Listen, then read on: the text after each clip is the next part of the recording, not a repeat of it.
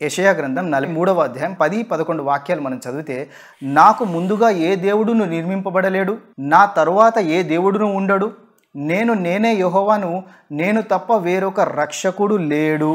నాకు ముందుగా ఏ దేవుడును నిర్మింపబడలేడు అంటే యెహోవా దేవుడి కంటే ముందు దేవుడు అనేవాడే లేడు. నా తరువాత ఏ దేవుడును ఉండడు అంటే యెహోవా ఉన్న తర్వాత రెండో దేవుడు ఉండే అవకాశమే లేదు. మరి యేసువారు నేనే దేవుడనని ప్రకటించుకున్నారా అని ప్రశ్నిస్తే, యేసు ఎక్కడ ఎప్పుడు నేను దేవుడనని ప్రకటించుకోలేదు. కానీ తాను క్రీస్తుననే విషయాన్ని ధృవీకరించారు. ఆ స్త్రీ ఆయనతో, క్రీస్తనబడిన మెస్సయ్య వచ్చునని నేను ఎరుగుదును, ఆయన వచ్చినప్పుడు మాకు సమస్తమును తెలియజేయనని చెప్పగా, యేసు అంటాడు, నీతో మాట్లాడుచున్న నేనే ఆయననని ఆమెతో చెప్పెను. నీతో మాట్లాడుచున్న నేనే ఆయనను అంటే ఏంటి? క్రీస్తనబడిన మెస్సయ్య అని నేనే అని ధృవీకరిస్తున్నారు యేసువారు. ఈ వాక్యంలో యేసువారు తాను క్రీస్తునని ధృవీకరించారే తప్ప దేవుడనని చెప్పుకోలేదు.